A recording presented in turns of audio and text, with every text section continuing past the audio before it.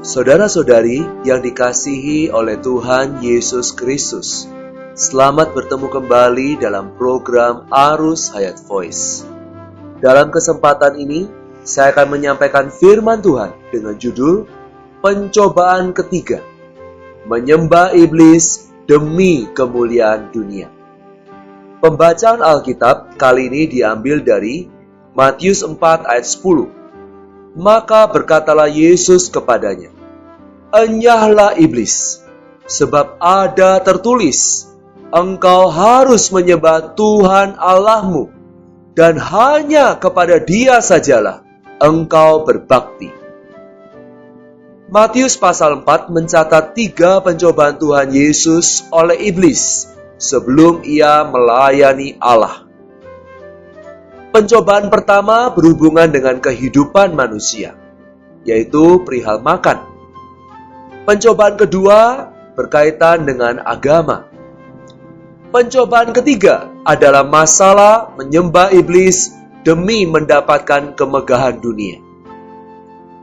Injil Matius 4 ayat 8-10 berkata, "Dan iblis membawanya pula ke atas gunung yang sangat tinggi, dan memperlihatkan kepadanya semua kerajaan dunia dengan kemegahannya.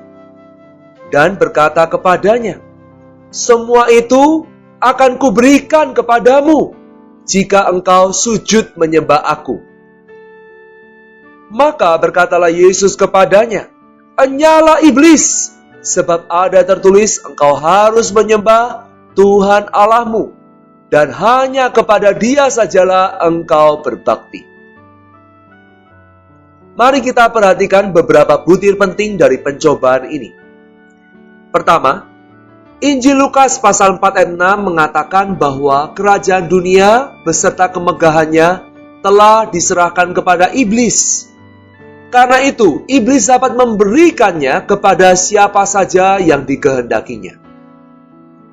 Yeskiel 28 ayat 13-14 berkata bahwa sebelum kejatuhannya, iblis adalah penghulu malaikat yang ditunjuk oleh Allah sebagai penguasa dunia ini. Yohanes pasal 12 ayat 31 menyebutnya sebagai penguasa dunia ini, yang menguasai semua kerajaan dunia dan kemegahannya. Karena ingin disembah, Dia memamerkan semuanya ini untuk mencobai Tuhan Yesus. Kedua, iblis memberitahu Tuhan Yesus bahwa jika ia mau menyembahnya, Dia akan memberikan seluruh kerajaan dunia beserta kemegahannya kepadanya. Kemegahan duniawi ini meliputi promosi, ambisi kedudukan, dan cita-cita hari depan.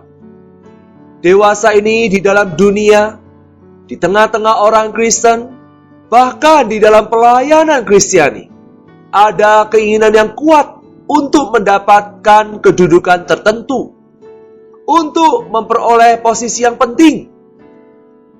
Saat orang lain atau saudara kita dalam Tuhan mendapatkan nama, mendapatkan kedudukan dan posisi yang lebih penting daripada kita, maka di dalam hati kita merasa tidak terima. Kita merasa diri kita lebih baik daripada mereka. Ini adalah ambisi dan keinginan pribadi kita. Sesungguhnya, inilah hasrat akan kemegahan duniawi. Saudara-saudara, ketika kita dicobai secara demikian, kita harus menyadari bahwa di balik pencobaan ini, iblis ingin memperoleh penyembahan kita. Hal yang ketiga, iblis rela memberikan semua kerajaan dunia dan kemuliaannya. Tetapi ia tidak rela menyerahkan penyembahan dari manusia. Dalam seluruh hidupnya, tujuan iblis ialah menerima penyembahan dari manusia dengan jalan bersembunyi di belakang banyak berhala. Saudara-saudara, iblis ada di balik banyak berhala. Di balik setiap ambisi, terdapat berhala yang bersembunyi.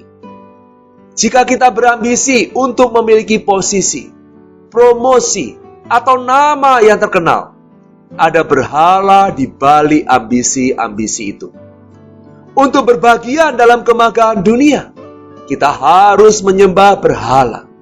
Tanpa menyembah berhala, kita tidak mungkin memiliki kedudukan. Kapan saja kita mencari kedudukan tertentu, di dalam lubuk batin kita tahu bahwa kita sedang menyembah satu berhala. Itulah sebabnya dalam Kolose 3 ayat 5, Rasul Paulus berkata bahwa keserakahan adalah sama dengan penyembahan berhala. Hal yang keempat, dalam ayat 10 Tuhan Yesus berkata, "Enyalah iblis, sebab ada tertulis, engkau harus menyembah Tuhan Allahmu, dan hanya kepada Dia sajalah engkau berbakti." Tuhan menghardik pencoba itu 3 kali dengan firman Allah. 2 kali pertama, Ia tidak menyebut bahwa si pencoba itu sebagai iblis. Tetapi kali ketiga, karena si pencoba berusaha merampas penyembahan terhadap Allah, Tuhan menunjukkan bahwa pencoba itu sesungguhnya adalah iblis. Maksud iblis adalah merampok penyembahan Allah dari manusia. Karena itu, Alkitab berkata bahwa Allah adalah Allah yang cemburu. Yohanes 4 ayat 23 berkata bahwa Bapa sedang mencari penyembah-penyembah yang benar. Ini disebabkan iblis sedang mencoba merampas penyembahan manusia terhadap Allah.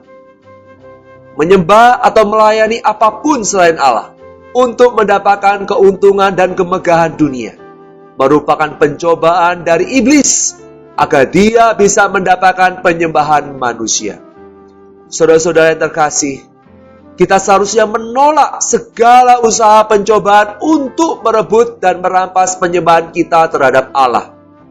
Kita rindu menjadi penyembah-penyembah Allah yang benar, yang mutlak, dan yang berkenan kepadanya. Akhirnya, setelah Tuhan Yesus mengalahkan pencobaan yang ketiga ini, firman Tuhan dalam ayat 11 berkata, "Sesudah itu iblis meninggalkan dia. Dan lihatlah malaikat-malaikat datang melayani Yesus." Ini menunjukkan bahwa iblis tidak akan mendapat tempat dalam kerajaan surga. Puji Tuhan, Tuhan Yesus menang dengan mutlak atas segala pencobaan iblis. Mari kita berdoa. Tuhan Yesus, terima kasih untuk teladan dalam firman-Mu. Engkau sudah menang atas segala pencobaan iblis. Engkau menang atas pencobaan menyembahnya demi mendapatkan kemuliaan dan kemegahan dunia. Tuhan, kami mohon Kau menjaga hati kami dari segala pencobaan untuk memperoleh ambisi, kedudukan, nama yang terkenal. Jagalah kami Tuhan, biar kami tidak tertipu oleh berhala yang ada di balik ambisi kami. Jadikan kami Tuhan penyembah-penyembah-Mu yang benar, yang menyembah Engkau di dalam roh dan kebenaran. Di dalam nama Tuhan Yesus kami berdoa. Amin. Demikianlah firman Tuhan. Sampai bertemu di kesempatan berikutnya. Tuhan memberkati. Kasih karunia-Nya menyertai kita semua. Amin. Demikianlah program Renungan Arus Hayat Voice Note pada hari ini. Dan jika Anda tertarik untuk memiliki renungan firman seri-seri sebelumnya, serta mendapatkan info mengenai sosial media lainnya di area Anda dapat menghubungi kami via SMS di nomor 0877 77 11 4777 atau mendownload di website kami di www.pemulihan.or.id. Tuhan Yesus memberkati kita semua.